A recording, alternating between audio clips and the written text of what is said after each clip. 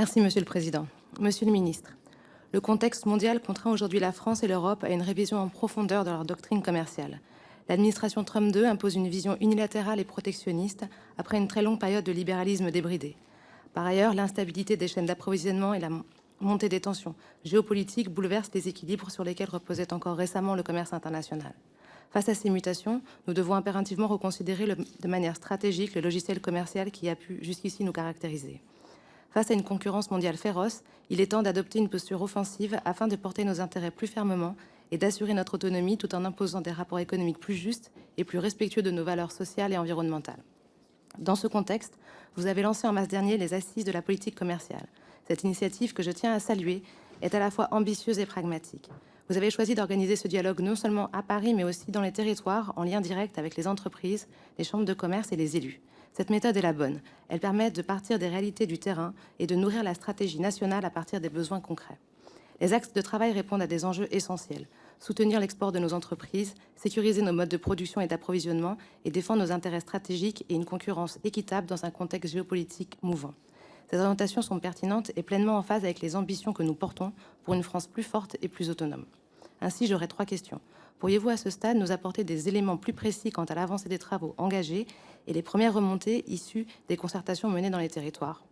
Par ailleurs, un conseil présidentiel du commerce extérieur avait été annoncé pour le mois de mai afin de constituer une première étape de restitution.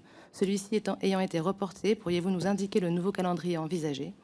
Enfin, comment voyez-vous l'articulation entre ces priorités érigées pour la France, les intérêts de chacun des États membres et ceux de l'Union européenne, afin que tous puissent avancer ensemble dans le même sens? Je vous remercie. Merci beaucoup, Madame la députée. Merci de saluer les assises de la politique commerciale qui ont eu finalement comme genèse une problématique en France, un constat que nous ne parvenons plus autant qu'avant à discuter des relations commerciales avec les autres zones du monde et surtout des accords commerciaux de façon rationnelle. Et quand je dis de façon rationnelle, c'est essayer de considérer comment filière par filière, comment secteur par secteur, chacun peut avoir intérêt ou non dans des accords commerciaux. Et nous avons régulièrement dans votre Parlement des débats sur la nature des échanges et des accords commerciaux. J'entends tout à fait que des positions puissent être différentes, mais à ce moment-là, il faut savoir pourquoi. Et donc, j'ai voulu remettre de la rationalité dans les débats concernant les accords commerciaux. Il y a eu ces derniers mois, je crois, des débats qui ont été assez différents, assez éruptifs. Je pense notamment au débat sur la ratification du CETA, qui a eu lieu au Sénat récemment, qui laissait penser quand même que refaire parler les filières était peut-être nécessaire à un moment. Et c'est ce que nous avons voulu faire. Nous avons donc construit 3 groupes de travail où nous demandons aux filières elles-mêmes de rapporter les travaux.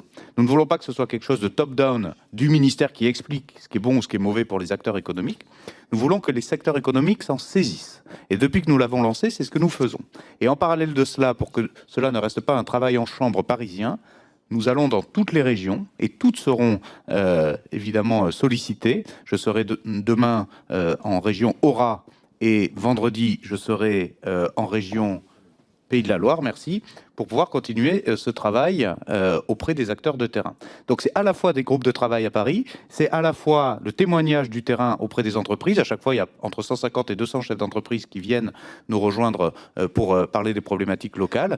Et l'idée, c'est de faire des conclusions et un rendu autour du mois de septembre pour pouvoir justement mettre les conclusions de ce débat au cœur probablement de discussions extrêmement structurantes et complexes que nous aurons. Je pense notamment autour de l'accord du Mercosur. Je pense aussi évidemment aux prochains accords que j'ai cités, notamment Indonésie, Philippines, etc.